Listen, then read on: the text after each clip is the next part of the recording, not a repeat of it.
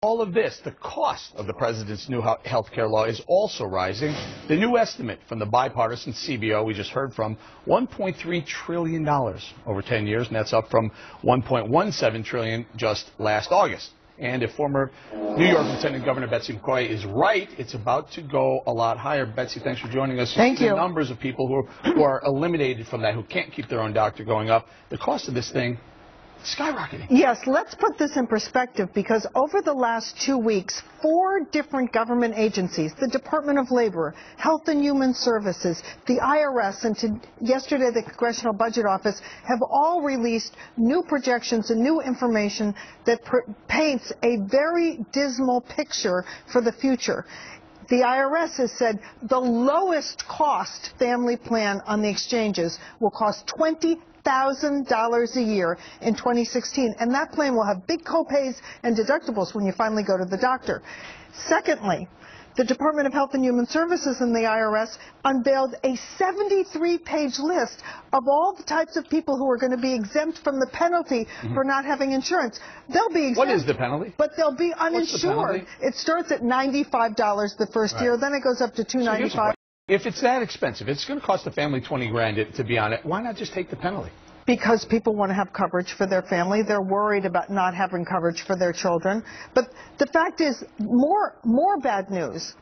The IRS announced this week that people who get coverage at work, that's the way most people get it, but don't have family coverage, and very few will because of the cost now, their children will be ineligible for a subsidy on the health insurance exchange. So there will be millions of children who can't get insurance even though their parents have it. Finally, it was announced this week that many, many millions of people who thought they were going to be covered by Medicaid expansion won't be eligible for that either. All in all, it looks like $20,000 for a family plan, and as many as 40 million people, will be uninsured in 2016. 40 million, that's only 9 million fewer people than before the law was passed. Isn't that what this whole thing was? That's to get the whatever, 30, 40, or 50 million uninsured insured. That's right. It's shocking that the CBO, Congressional Budget Office, got it wrong on so many fronts. They predicted that children would be covered under their parents' plan. Wrong. They predicted that people would be covered under Medicaid. What is this? What do they want? What does the administration really want?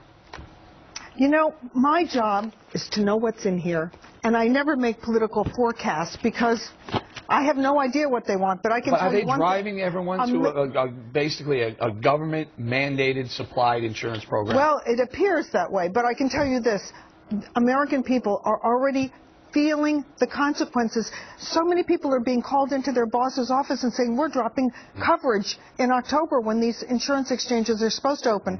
The Department of Labor, however, has announced that they may not open. They've already warned employers not to send out a letter alerting their employees as to these exchanges. They may not exist.